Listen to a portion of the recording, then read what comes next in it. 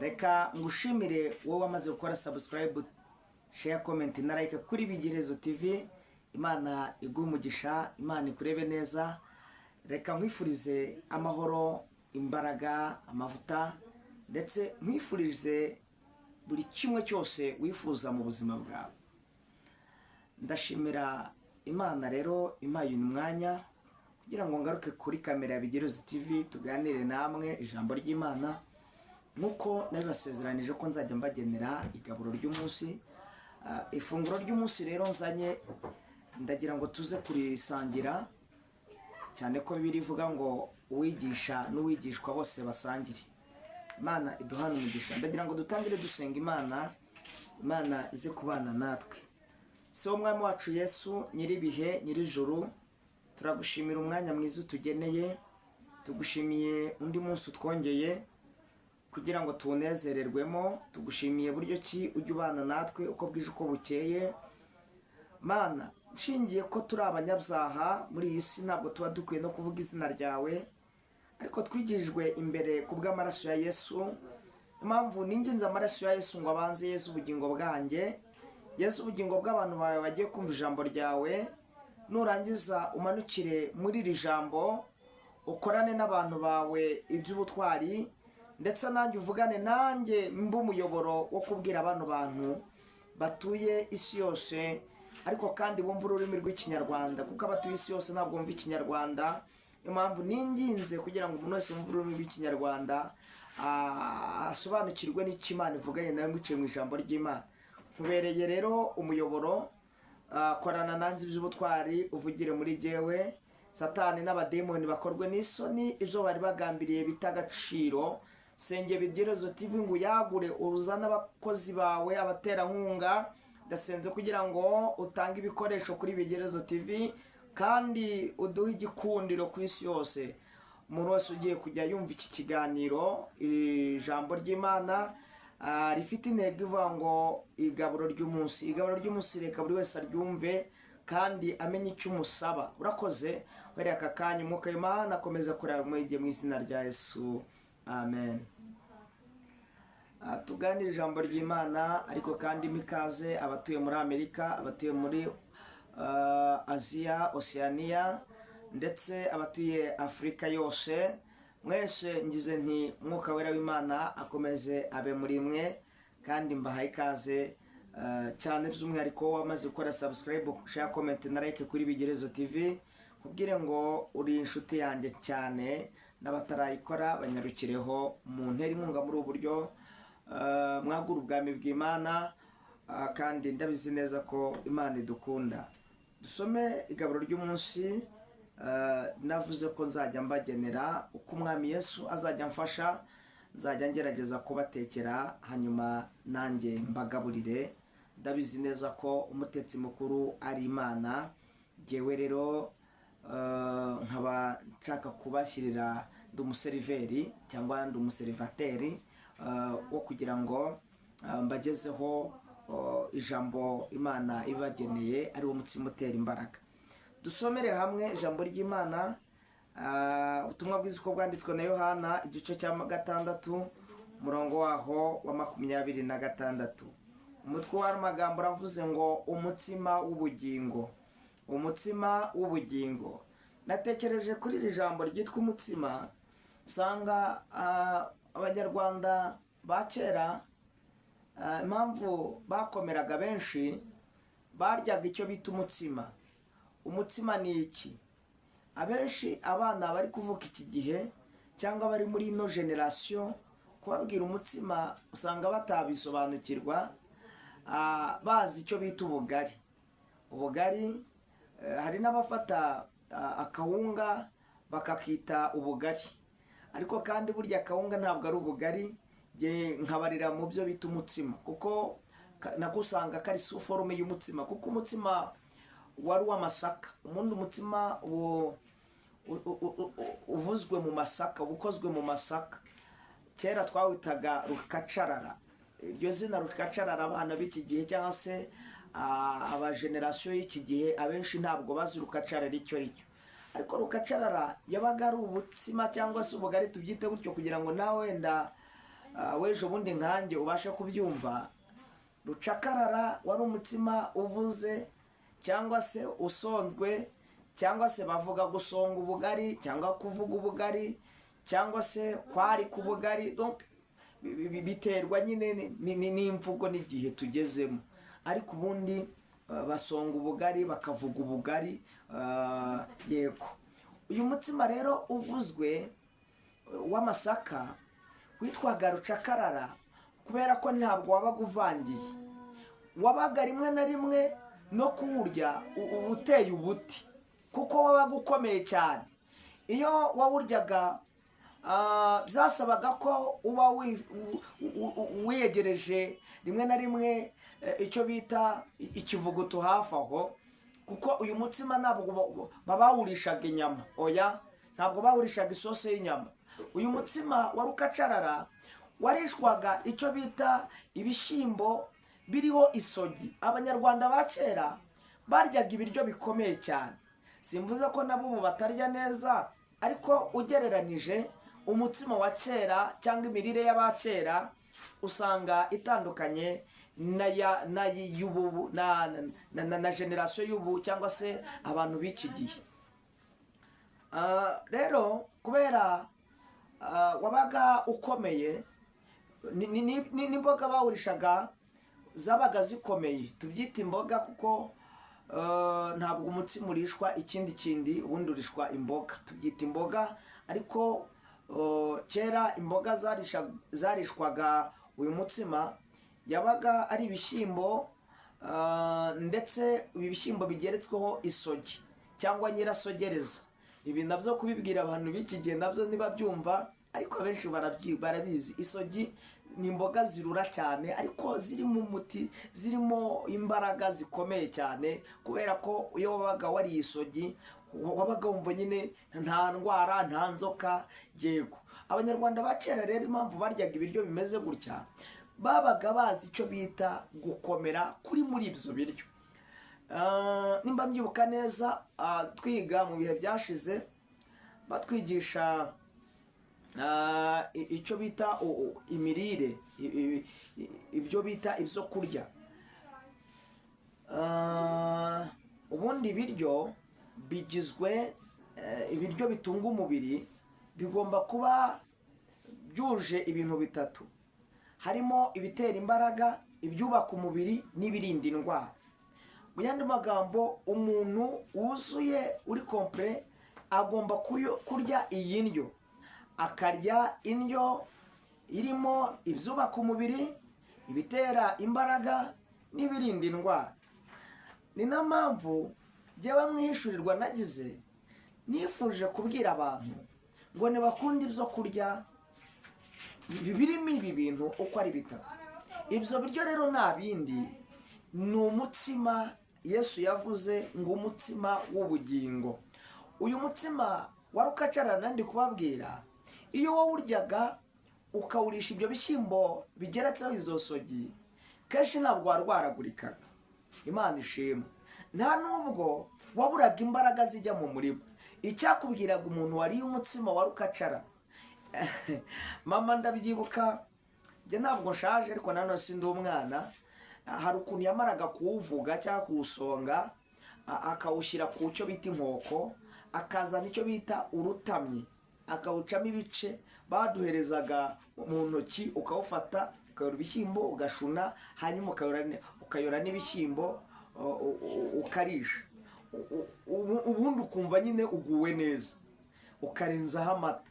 Bene data, habaga harimo icyo bita imbaraga, ibyubaka umubiri byose birimo, ku buryo umwana iyo yabyukaga ajya ku ishuri yamenyaga ubwenge cyane kuko yabaga yariye neza. Ndetse niyo twajyaga mu murima guhinga, warahingaga ntutahe ugataha wenda nka saa 9 saa 10 wahereye saa 12, kubera igaburo waraye uriye. Ndashaka kubikura mu buryo bw'umubiri mbigarura mu buryo bw'umwuka. Bene data, nimba umubiri ukenera indyo yuzuye, ukenera ibyubaka umubiri, ukenera ibyubaka ibitera imbaraga plutôt, ugakenera n'ibirinda indwara, ni nako abakristo mukwiriye kurya igaburo ry'umunsi buri munsi. Kandi nibutse abantu ko umuntu wese akenera kurya.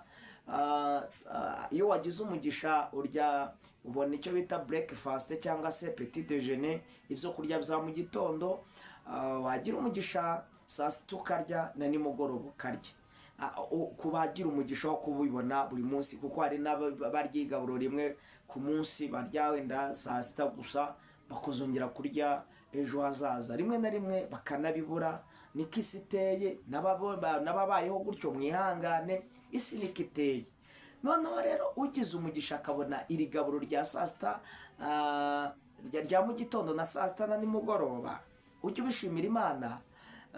Kandi ujye usaba, usengera abandi batabasha kubibona, kuko burya umubiri uba ukwiye kurya ukagubwa neza. Mu buryo bw'umwuka rero nahishuriwe ko natwe mu buryo umuntu aba abayeho bw'umwuka, aba akwiye gutunga ibyo kurya by'umwuka. Ibyo kurya by'umwuka nkuzaniye nta bindi, ni iri jambo ry'Imana. Nahaye intego, ndashaka ko tuzakomeza uyu mujyo uvuga igaburo ry'umunsi. Nzajya ngerageza, nzajya nkomeza nsenga Imana imishurire icyo ndi bukubwire.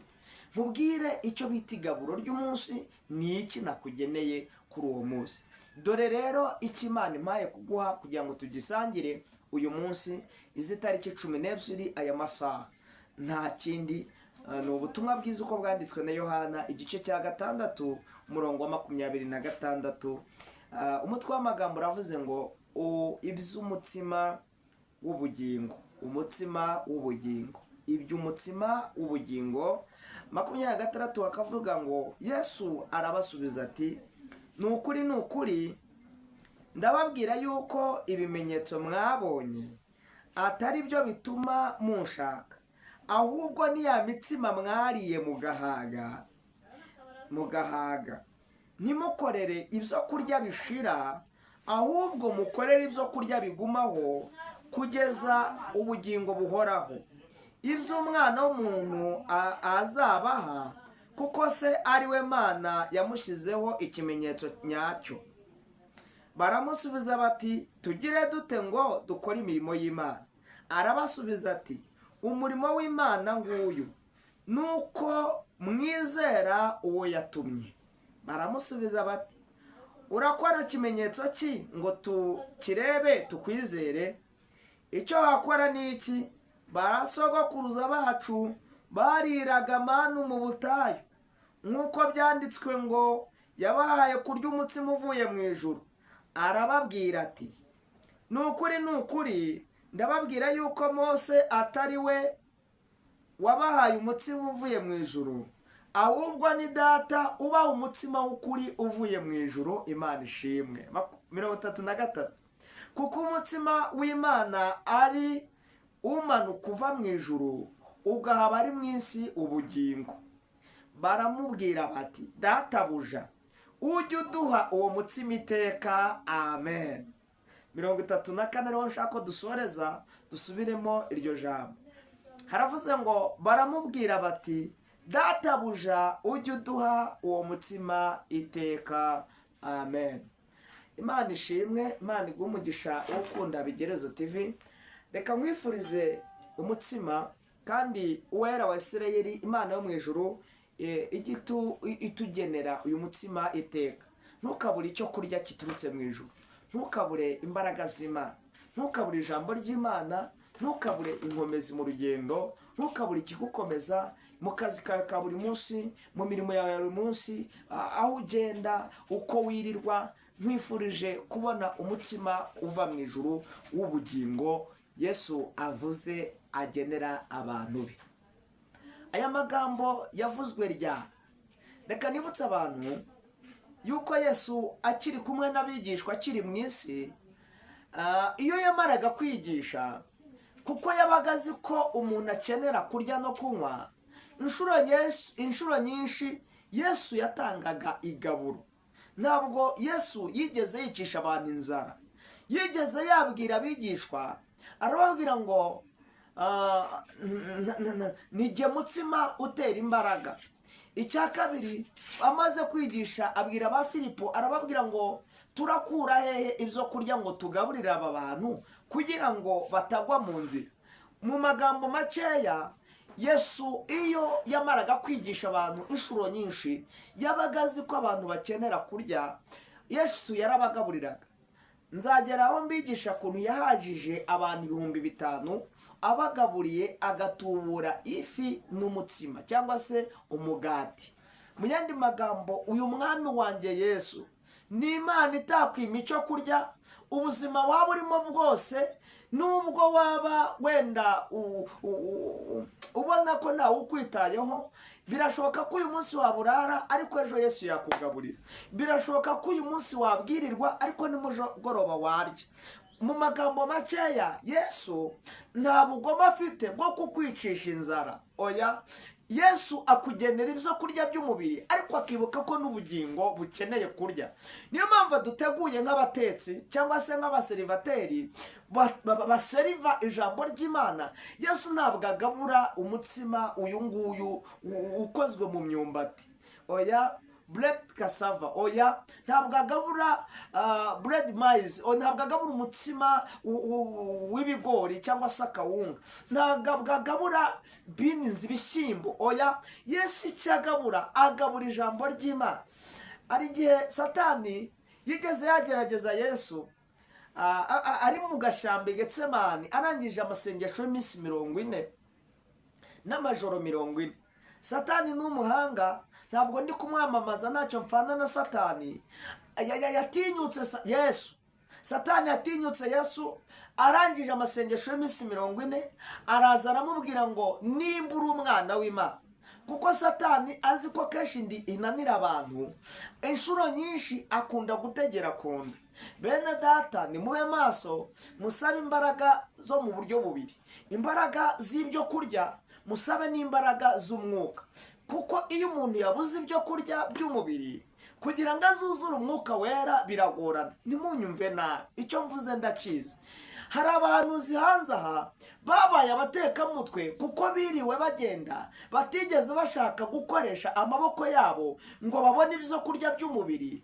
Hanyuma iyo bavuye mu mwuka usanga bakenera kurya guha umubiri bakabura icyo kurya, bikaba ngombwa ko bateka imitwe, ugasanga n'ubutumwa bavuze n'ibyo bahanuye bitaye agaciro kubera ko batigeze bakora ngo babone ibitunga umubiri. Ubundi roho nzima mu mubiri muzima, ibi bintu birabangikana biragendana. Ni nayo mpamvu Yesu ubwe yanditse ijambo rikomeye aravuga ngo udakora ntakarye. Bikwiriye ko dukoresha amaboko kugira ngo tubone ibitunga umubiri, hanyuma umwuka wera nawe abone ahatura. Yesaya yarahanuye 3 umurongo waho igice cya 3 umurongo w'10 yaravuze ngo muvuge ko abakiranutsi bazagubwa neza kuko bazatungwa n'imirimo y'amaboko yabo. Gukora biremewe, gukora iyo udakoze ntubone icyo urya. Kandi abakristo benshi bo mu minsi y'imperuka bashaka kurya badakora. Ni nayo mpamvu ubona rimwe na rimwe usanga dufite ibibazo bikomeye. Ugasanga habayeho ikintu cyitwa guteshwa agaciro ku bakozi b'Imana. Wanavuga ukuri abantu ntibakumve kubera ko ivugabutumwa hari abantu bamaze kuryangiza kuko batigeze bashaka gukoresha amaboko yabo. Umukiranutsi aba agomba no gukora. Na Pawulo yarakoze. Iyo yamaraga kuvuga ubutumwa, Bibiliya iravuga ngo yahitaga amanuka akajya kuboha amahema kugira ngo umurimo w'Imana avuga utagirwaho n'igitutsi cyangwa se ibyo avuga abantu badasuzugura ubutumwa bwiza kuko yasabye. Pawulo nta muntu yigeze ngo yambura ibye, nta muntu yigeze asaba. Pawulo yabaye mu buzima bw'ivugabutumwa ariko nanone burimo kubahisha n'Imana. Iyo rero dukora imirimo yacu ariko kandi twarangiza tugashaka no kugaburira umwuka wera akaba muri twebwe, tukarya ijambo ry'Imana ariko kandi twanakoresheje amaboko yacu, Imana yacu yahabwa icyubahiro. Nuko guha Imana icyubahiro. Undi guha Imana icyubahiro ntabwo ari ukuzamura amaboko, ni ugukora ibyo Imana ishaka, tukubahisha izina ry'Imana. Imana ntihabwe icyubahiro. Unyemerere sobanure iki kintu nari mvuze. Yesu yavuze iki? Haleluya. Yesu ari mu gashyamba Getsemani, Satani yaramusanze aramubwira ngo nimba uri umwana w'Imana, hindura aya mabuye ahinduka umutsima ubashe kurya. Yesu amutsindisha igaburo ry'umunsi ari ryo jambo ry'Imana. Aramubwira ngo handitswe ngo umwana w'umuntu ntatungwa n'umutsima gusa. Haleluya. Ntabwo atungwa n'umugati, ntabwo atungwa n'akawunga n'imiceri gusa. Ntabwo umuntu akwiye kuba yuzuye agomba kurya umutsima w'ubugari gusa cyangwa se kurya ibijumba n'ibishyimbo oya byonyine, ngo ahubwo amagambo ava mu kanwa k'Imana niyo amutunga. Burya ushobora kurya cyane ariko wakwibagirwa kurya ijambo ry'Imana ukaba ubyibushye mu buryo bw'umubiri, ariko wagupima mu buryo bw'umwuka agasanga uri ingwingiri, warananutse. Umuntu agwingira ryari? Agwingira igihe cyose atariye neza. Ni nayo mpamvu leta yacu y'u Rwanda yashyizeho akarima k'igikoni kugira ngo abanyarwanda bajye babona ibyo kurya bibasha no kubarinda indwara ndetse no kubaka imibiri yacu. Donc tukarya ibyo kurya byuje intungamubiri, birimo imbaraga, birinda indwara, donc n'ibyubaka imibiri yacu.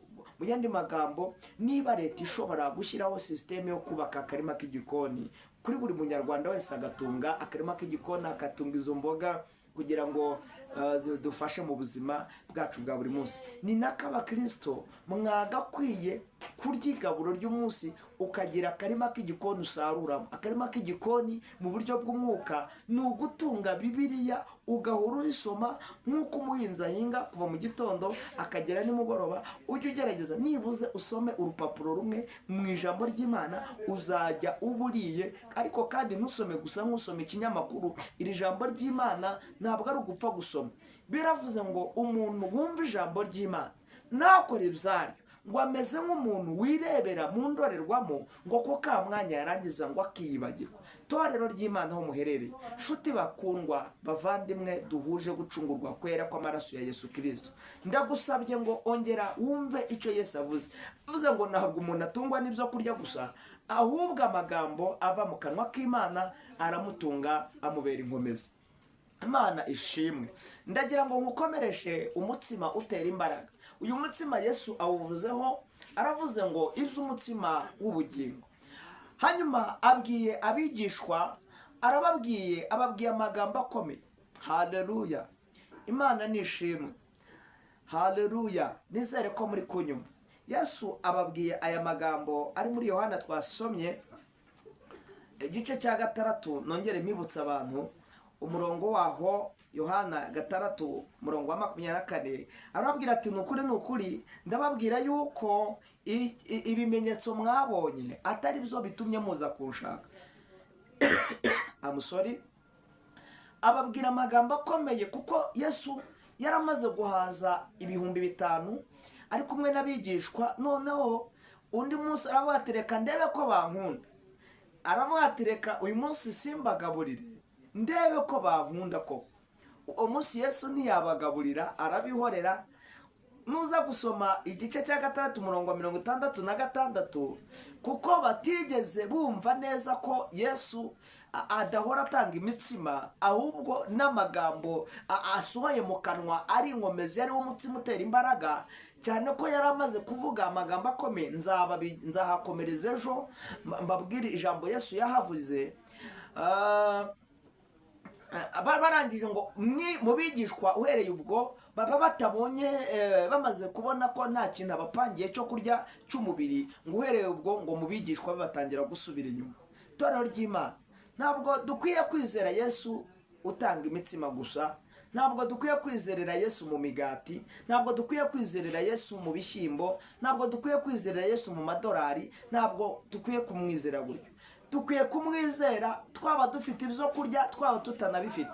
Dukwiye kwizera Yesu. Bibiliya iravuze ngo, Yesu arababwira ngo igituma ntabwo munyijejwe nuko mumfitiye urukundo, oya, ahubwo niya mitsima, ikimenyetso nabaye niya mitsima mwariye mugahaga, niyo mpamvu muri kunshaka.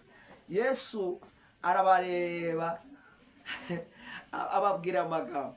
Barangije baramusubiza ati ntabwo ariko bimeze. twebwe bahita bashinga urubanza. Baramubwira ngo twebwe twajyaga turya manu iturutse mu ijuru, kandi iyo manu twayihabwaga na Mose. Yesu ahita ababwira ngo ntabwo Mose ari we wabahaye manu, ahubwo manu mwariye ni Imana yabaga yayihaye Mose akayibagaburira. Ugeze ku murongo waho wa 32 ahise ababwira amagambo akomeye, aravuga ngo kuko umutsima w'Imana ari umanuka uva mu ijuru ugahaba ari mu isi ubugingo. Ni umutsima umanuka uvuye mu ijuru, ariryo jambo ry'Imana, niryo riduhesha ubugingo. Hanyuma bamaze gusobanukirwa baramubwira ngo noneho rero ubwo bimeze gutyo, umutsima uva mu ijuru, haleluya, ushobora kuduhesha ubugingo, ari ryo jambo ry'Imana, baramubwira ngo baramusabye, baramubwira bati databuja ujye uduha uwo mutsima iteka. Imana nishimwe. Ndahari kugira ngo nanjye mbe umuyoboro w'Imana, njye mbagezaho umutsima Imana iguhaye iteka ryose. Birashoboka kuri mu kazi utajya ubona umwanya wo gusoma ijambo ry'Imana, birashoboka ko wenda se condition de uherereyemo utabona umwanya wo gusoma. Jewe rero Yesu yangiriye neza, yaramamagaye, naramwitabye, nitabye Imana ndi muzima, narayemereye, ndahakubereye rwose, nzajya nkugezaho igaburo ry'umunsi. Yesu aguha umugisha, jya wifuza umutsima utera imbaraga. Yesu aduhana umugisha, ndanezerewe ko mwumvise ijambo ry'Imana. Nyemerera ngusabira imbaraga muri ubu buryo, nkubwire ngo Imana niguha umutsima utera imbaraga, kandi umutsima nta wundi ni ijambo ry'Imana. Ukomeze urirye kugwe neza, uhabwe umugisha n'Imana kubwo gutega amatwi ijambo ry'Imana. Ntugakurikire Yesu kuko yagukoreye igitangaza, ntugakurikire Yesu kuko yaguhaye akazi. Oya, akazi kadahari ugomba gukurikira Yesu. Ufite amafaranga ugiye gukurikira Yesu. Urara mu nzu yawe utanayiraramo ukwiye gukurikira Yesu. Ntabwo dukurikiye Yesu kuko yatugiriye neza gusa. Turi no mu bigeragezo tuba dukwiye gukurikira Yesu, kuko Yesu ntabwo twe tumukurikiye kubera ko yaduhaye imitsima. Niko yabwiye abigishwa, muri iki gihe twebwe twizere Yesu kuko ari we mutsima utera imbaraga. Imana igumugisha. Reka dufatikanye gusenga. Wowe wari ufite intege nkeya, wasubiye inyuma, wumvaga byararangiye, ntabwo birarangira. Imana ikongereye imbaraga. Data wa twese uri mu ijuru, izina ryawe ryubahwe, ubwami bwawe buze, ibyo ushaka bibe mu isi nk'uko biba mu ijuru. Funguro itungura iduhe none, tubabarire ibicumuro byacu nk'uko tubabaricumuyeho, ntuduterane mu bitwoshya, ahubwo dukize umubi, kuko ubwami n'icyubahiro n'ubutware ari ibyawe, uhereye none ukageza iteka ryose. Mu izina rya Kristo Yesu ndasengera umuntu wese wumvise iri jambo, imbaraga z'Imana zibe kuri we. Nasomye igitabo cy'umuhanuzi mukuru witwa Yesaya, igice cya 40:29, hambwiye amagambo meza. Yarambwiye ngo ni wowe uha intege abananiwe, utibashishije umwongeramo imbaraga. Arangije Yesaya aravuga ngo abasore migenda bazagenda baruhe, ndetse bazacogora, bazagera n'igihe bagwe rwose, ngo ariko ngo bategereze Uwiteka bazasubizwamo intege nshya. Ndasengera umuntu wari waragize intege nkeya, abari barasubiye inyuma, ongera imbaraga zawe zimanukire mu bantu bawe mu izina rya Kristo Yesu. Nirukanye intege nkeya mu bantu bawe, umutsima utera imbaraga nubakomeze, babera inkomezi. Uwari urwaye, umutsima wawe, imbaraga z'ijambo nizimuzure mu izina rya Yesu. Nakire abari bafite ibibazo n'ibigeragezo, iri jambo niribakomeze. Uri Imana itanga manu, kandi iyo manu niyo bugingo buhoraho, kuko umutsima uva mu ijuru wawugeneye abera bose bo mu isi kugira ngo ubabere ubugingo. Ndagushimiye kubw'ijambo ryawe. Abarwayi bakize, imfubyi n'abapfakazi barengere, kandi iyi cano ndayisengeye bigireze TV nuyagure, ibi biganiro ushyiraho ijambo ry'Imana rikundwe, abantu bose bamenye kuri Imana ivuga bikabategeka gukomera. Urakoze, ntukabure icyubahiro. Tungana gutya dutuye isi yose, Abanyarwanda nemwe n'abatari Abanyarwanda, twese tuguhaye icyubahiro. Kubw'icyubahiro ni ukukubaha, turakubashye nyakubahwa. Ntukabure abakuvuga mpari, nzajya ngerageza kukuvuga. Ujye undindira ubugingo n'umubiri, ndetse ume imbaraga zidasanzwe. Urakoze kushoboje mu izina rya Kristo Yesu, amen. Reka ngushimire wowe warukurikiye ijambo ry'Imana, umugisha w'Imana